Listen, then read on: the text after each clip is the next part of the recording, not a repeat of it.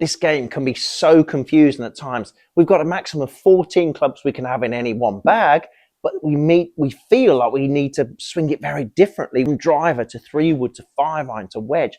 We feel like we need a massively different swing for all of them. We actually don't. There's a couple of massive commonalities, and one in particular that's absolutely huge that will fit for all of your golf clubs. Before we start, hit that link below to get on my website to get on the waiting list for lessons with myself here at Whittlebury Park Golf Club. Now, we feel like we need to swing it very different from driver. We feel like we might need a flatter swing. With a wedge, we might need a more upright swing. To a certain degree, that's right, but you'll notice how your irons and your woods get more upright. So the manufacturers have already done that for us. They've already made sure that the club is either more upright or it's a little bit low, i.e. flatter, so we can swing a little bit more around. So that's no excuse. But what we can do for every single golf club is this. To be able to help you hit it better with any single golf club, what I want you to do, I just want you to take some little swings, some just nice, easy swings. It feels like you're letting that golf club go sort of up and down and through towards the target. But when you're doing these little swings, what I want you to watch out for is on the way back and on the way through, whether your elbows are nice and level. Okay, so for example here, from that camera angle there, you can't see my right elbow.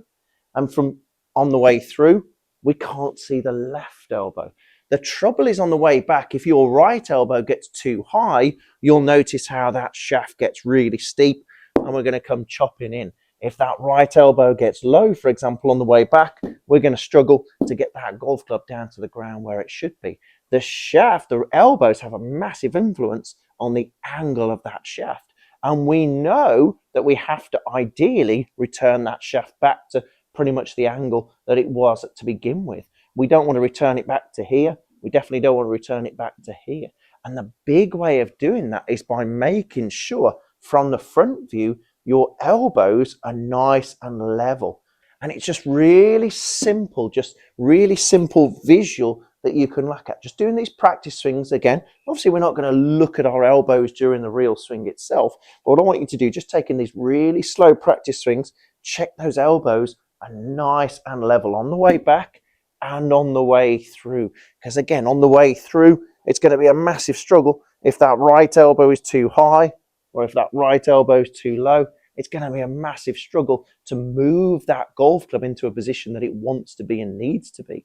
And then you can work your way up to a fuller swing. Again, just nice and easy. And again, are those elbows nice and level together and not one dominating the other? If the answer is yes, go ahead with the golf ball.